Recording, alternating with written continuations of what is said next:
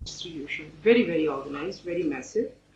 And the beauty of it for those in power is that they can use these people to fight their own battles. You know, it's a ruling clique that's fighting for power or to maintain power, and they are using this vast machinery to further their own objectives.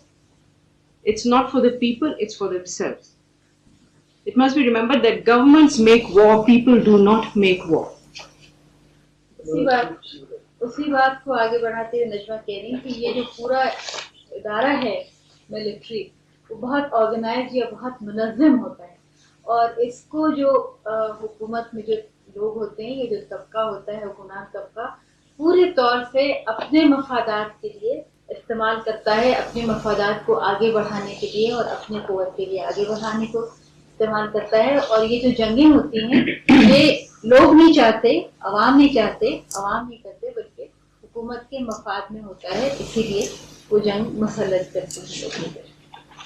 And that is why it is absolutely necessary for the government to maintain a fear in the people that your neighboring country has got bad intentions against you. So the propaganda machinery is also constantly in use. This so-and-so country is going to come and attack you. They've got bad intentions. You'll find that there's a period of nice quiet and harmony, and suddenly Ziaul Haq is having problems, and the next thing he says कि Kashmir problem and the Indians are after our necks, and India likewise does the same. और चूंकि इनकी ज़रूरत होती है कि हमेशा ये डर जो है उसको बरकरार रखें और उनके हवास पे ये तारी रखें अपने कौम के कि भाई आपके जो हमसाए हैं वो आपके खिलाफ हैं, आपके मुखालिफ हैं, आपसे लड़ना चाहते हैं, आपको ख़त्म कर देंगे। तो हालांकि हमने आबा और कमला को देखा, ऐसी कोई बात नहीं।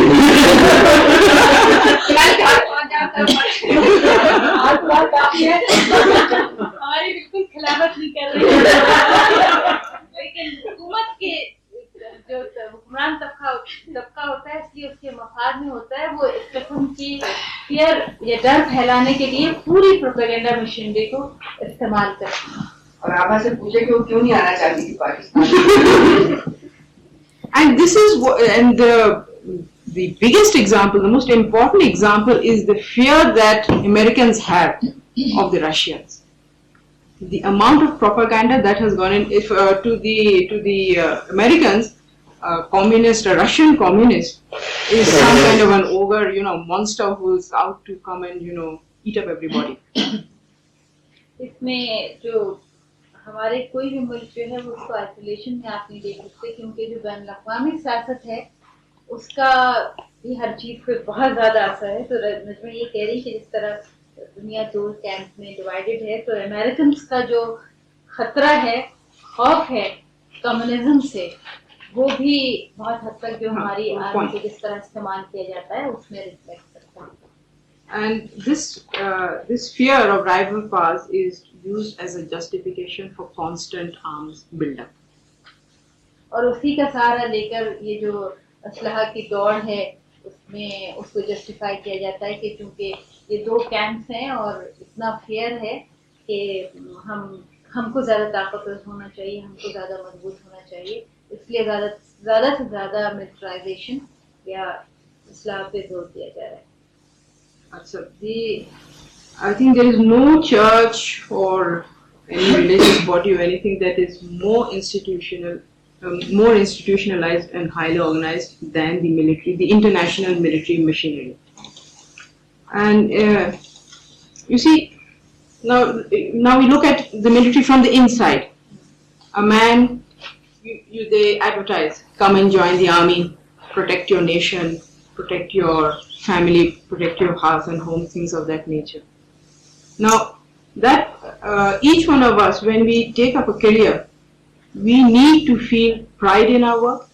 We need to feel that we are doing something constructive. At the worst, we need to feel that we are making money to help ourselves. One of the three. Now, standing armies, by and large, have no ongoing purpose except to fight an occasional war, sometimes never at all. So when the chances are that you are not going to fight a war at all, maybe not during your own lifetime, how do you justify it? How do you feel pride in yourself as a soldier? So what they do is, what they have done over the decades is that they've built this beautiful image of this brave warfaring, defense group. They never say offensive. They always say defensive. They don't talk in terms of aggression or warfaring group. They talk in terms of a defense mechanism. Or they've brought up all these uniforms, the medals, the rituals, the pomp, the ceremony, the marching up and down, and guards of honor, and all these things. These are all just like in family life, in marriages. These are all trappings, all superfluous trappings to give the image of something to be proud of. तो मैं कहनी कि जितने उनके ख्याल में ये पूरी दुनिया में बैनुल-अक़वामी तौर पे ये सबसे ज़्यादा मुनज़्ज़म इदारा है आर्मी जो है, और उसमें जो है इस तरह से तैयार किया जाता है जैसे साइकोलॉजिकली बहुत उन्हें ये एहसास दिलाया जाता है कि कोई बहुत बड़ा काम कर रहे हैं। जैसे अगर उसको अंदर से देखा जाए तो जो सोल्जर्स हैं, भाई अगर वॉर नहीं हो रही है तो फिर आपका क्या जस्टिफिकेशन है? इसके लिए बहुत से उसके लवाज़िमात होते हैं, मसलन यूनिफॉर्म, मेडल्स, तमगे जो होते हैं, परेड हो रही है और फंक्शंस इस तरह की हो रही हैं, और उनको बहुत से सहूलतें दी जा रही हैं, और इस तरह का एक एटमॉस्फेयर क्रिएट किया जा रहा है जिसमें उनको ये एहसास ना हो कि हम अगर लड़ नहीं रहे हैं तो हमारा कोई फायदा नहीं है, बल्कि उनमें ये एहसास पैदा किया जाता है कि वो जो कुछ भी कर रहे हैं बहुत अहम काम अंजाम दे रहे हैं और बहुत फख्र से वो इस काम को करते हैं, या उनकी साइकिल जो है उसको यही वो कह रही है कि जब उनका काम भी नहीं होता है तब भी उन्हें ये एहसास नहीं होता कि हमारी जरूरत नहीं है, क्योंकि उनके इर्द गिर्द इस तरह से स्ट्रक्चर बिल्डअप कर दिया जाता है, तैयार कर दिया। So this is, just to inflate their self-importance and also to impress upon the civilian populace how important you are. That comes into it also. Now the army training is also on those lines.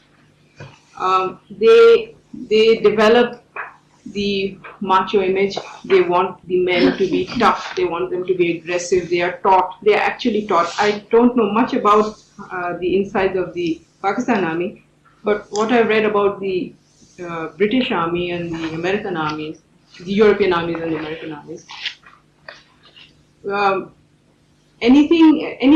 they do not allow weakness to become a part of the nature. All these characteristics that are associated with women, of sympathy, of kindness, of gentleness and all that.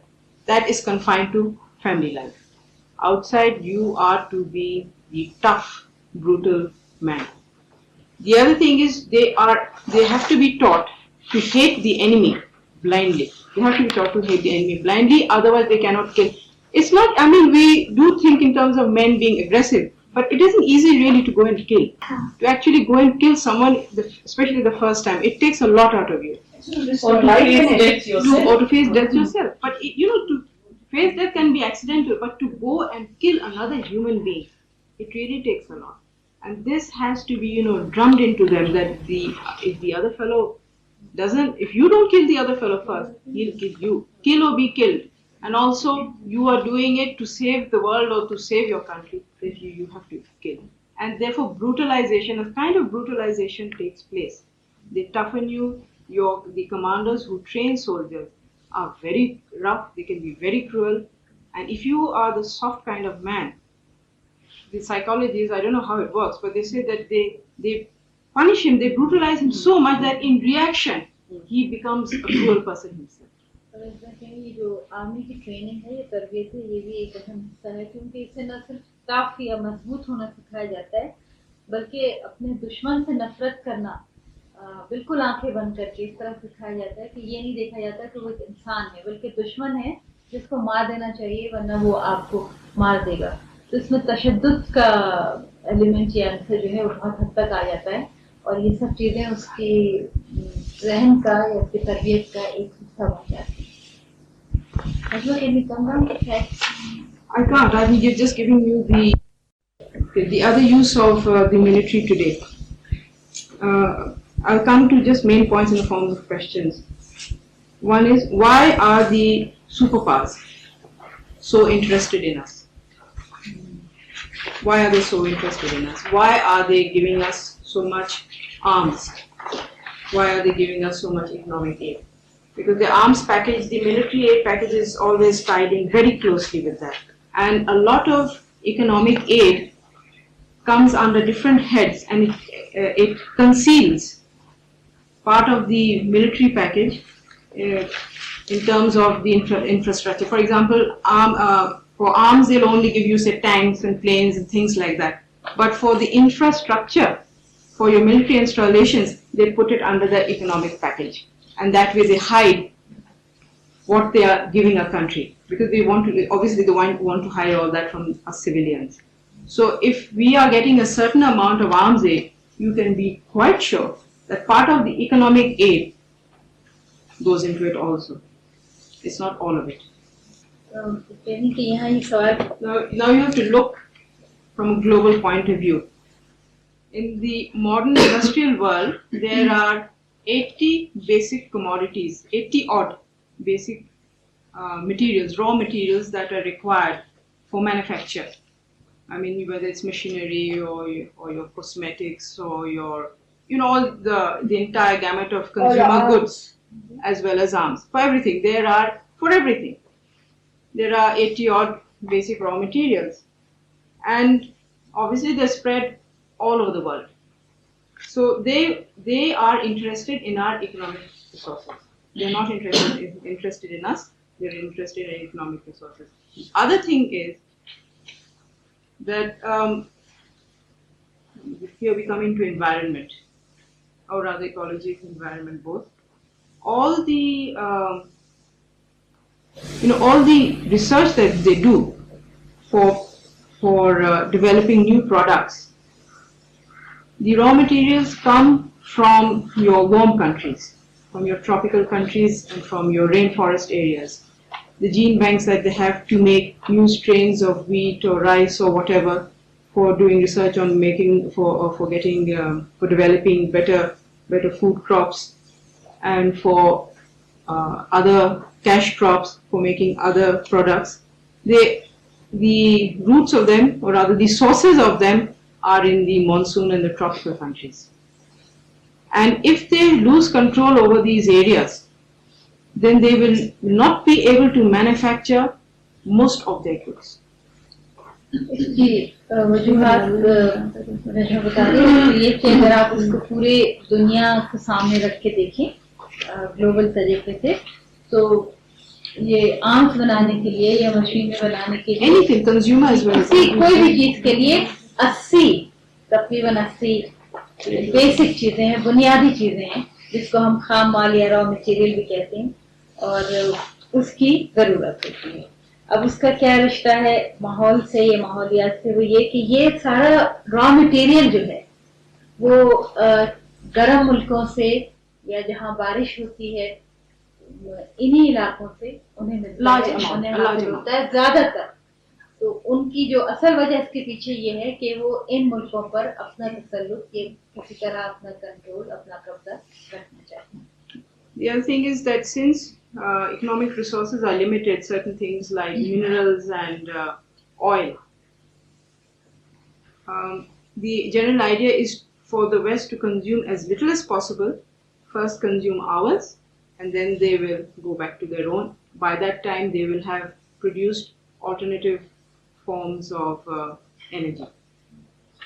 फिर कह रही कि मादनी वसाइल जो हैं, mineral resources या दूसरे economic resources जो हैं, क्योंकि कम है, तो वो ये चाहती हैं कि पहले जितने हमारे मुल्कों में हैं या जितने गर्म मुल्कों में और ट्रॉपिकल कंट्रीज में उसमें हैं, कि हम वहाँ उनको इस्तेमाल कर लें, फिर उसके बाद अपने वसाइल की तरफ आएं।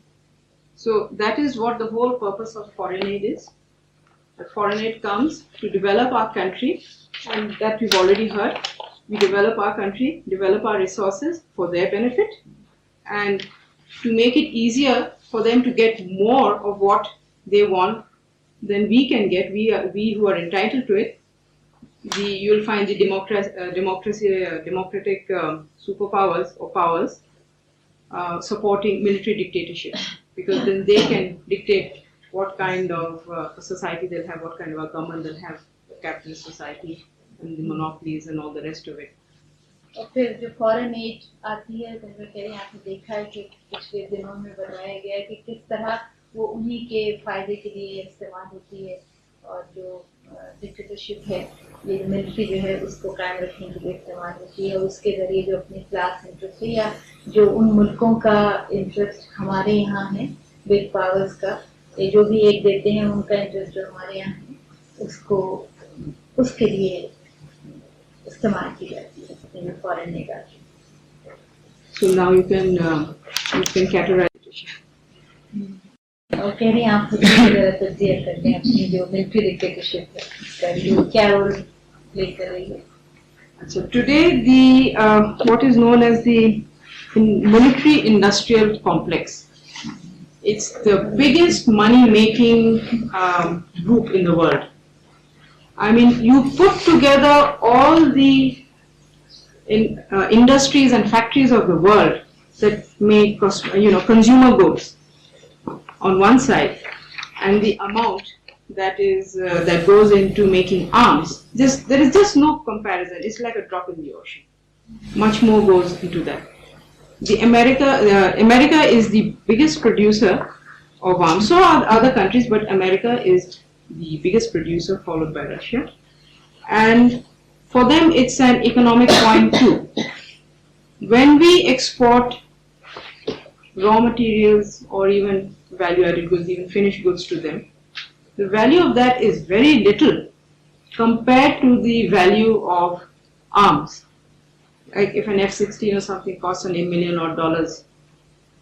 Now, can you imagine the amount of consumer goods or raw materials we have to export to pay for that? So for them, it's very easy. They build something and they can buy any amount of other things from us. They can cancel out their debts more easily. Also, they can keep us in debt indefinitely and keep us, they keep us reined in indefinitely. It's a tool. ये जो military है, ये जो असलाह तैयार होता है, ये industry या ये सनत जो है ये बहुत बड़ी है और बहुत पेचीदा है, जिसकी बहुत सी बातें हमें सामने नजर आती है. मतलब ये कि अमेरिका जो सबसे ज्यादा असलहा बनाता है, वैसे तो बहुत से मुल्क बनाते हैं, अमेरिका के बाद रूस का नंबर है.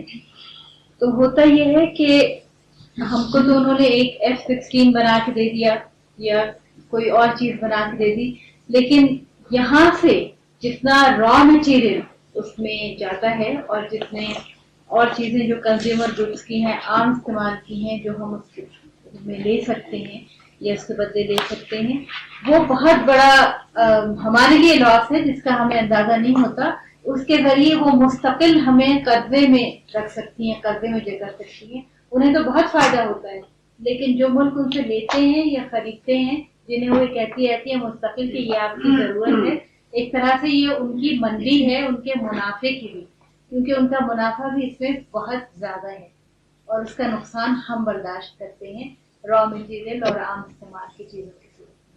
Now there has been in pockets, some resistance against in America about this.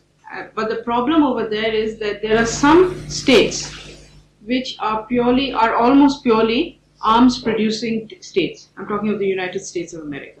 And they have a very strong lobby in Congress. They can bribe them, they can pay them any amount, they can even pay the buying governments. And that's why this cycle is simply not seeming to end. The other thing is that after the World War, Germany and Japan were not allowed to remilitarize. And that, you see, the other side of non-militarization. Because they did not remilitarize, they put all their efforts, all their resources, all their work into building up their economy and building up the society. So the result, net result was Japan especially won an economic war. Today, America owes more to Japan than Japan owes to America. So much so that now America, who stopped Japan from remilitarizing, is today demanding that Japan buy their arms and cancel out their debts. लेकिन ये कि किस तरह अभी उन्होंने जो point बताया था कि इस्लाह बनाने से ये इंडस्ट्री से इक्तिसादी तौर पे हमें किस तरह नुकसान पहुंचता है, इसकी मिसाल जर्मनी और जापान है, जिनको दूसरी जंग अज़ीम के बाद मुसल्लह नहीं होने दिया गया या नहीं हुए, और उन्होंने क्लैरिफिकेशन उनको नहीं होने दिया गया। Under the Axis Power Treaty, in the treaty, it was they could only get their freedom from the Allies if they, were okay with writing that they would not arm. They would not have, Japan does not have a standing army under agreement of the Second World War. And a very close watch was kept. And a close watch. So these two countries cannot have a standing army. Now it's a complete about time. And that's the justification for NATO, because Germany couldn't, and also the justification of America being in Southeast Asia. कि हम तुम्हें protect कर रहे हैं, तुम अपना नाम करो. But isn't this beneficial to Japan in the sense that now वही मैं जो बता रही हूँ कि चूंकि इनको मसला नहीं होने दिया गया, इसलिए वो इक्तिसादी तौर पर उन्होंने इतनी तरक्की की, खास तौर पे जापान ने, कि आज अमेरिका जो है वो जापान का मकबूज है, जापान नहीं है, और वो उनसे कह रहा है कि नहीं, तुम्हें इतनी फौज की जरूरत है, इतनी हथियारों की जरूरत है, और तुम इसको तैयार करो. लेकिन इक्तिसादी तौर पे जो जापान की तरक्की है वो इसी वजह से है कि उन्होंने इस आस्पेक्ट को अहमियत नहीं दी. जर्मनी भी डिस्ट्रॉय हो गया था 40 साल But इसका ये है कि it justified NATO and it justified South America and Southeast Asia, because then the United States under that agreement was meant to protect these. कि तुम लोग ना करो, हम करते हैं. This was the agreement. NATO seat. I'm not going into all that. No. Much too long. We're just giving you the concepts. We haven't got much time left. The other, the arms manufacturers, I was talking about the industrial military complex. They have a very clever way of going about things. Just like, Honda car company and other companies, every year they come out with a new model.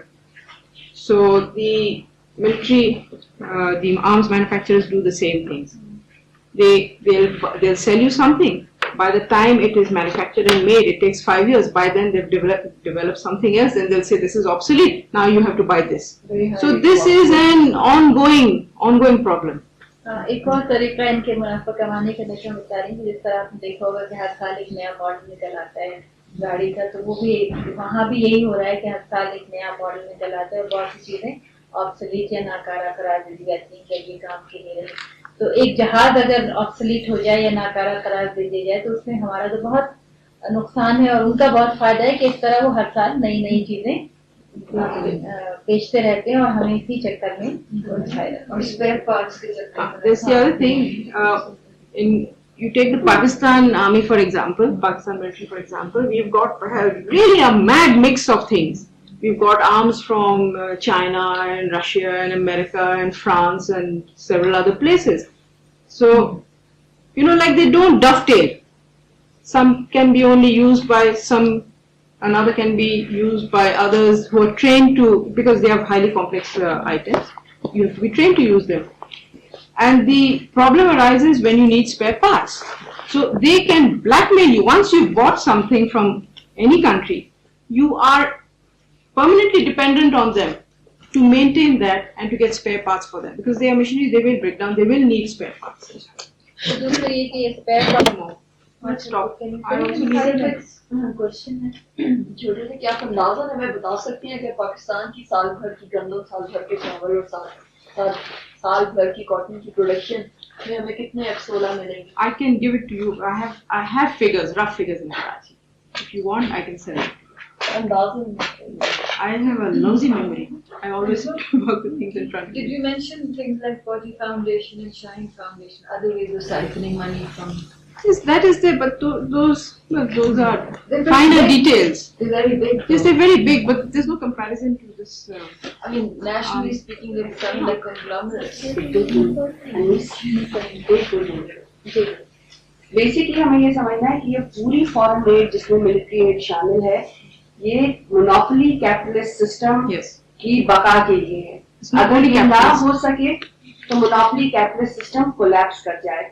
वो raw material control ना कर सकें, वो अपनी मंडियों को control ना कर सकें, और स्पेशली जो ये जो मिलिट्री इंडस्ट्रियल कॉम्प्लेक्स है उसकी वजह से उनकी अपनी इकोनॉमी सर्वाइव करी, क्योंकि वही कि जब आप खरीद रहे हैं तो उनकी वो मशीनरी चल रही है. और एम्प्लॉयमेंट का बहुत इंपॉर्टेंट एस्पेक्ट है कि अगर ये मतलब को ये खत्म कर दें आर्म्स प्रोडक्शन, तो उनके यहाँ बहुत हाई रेट, कम से कम 25% लोग अनएम्प्लॉयड हो जाएं.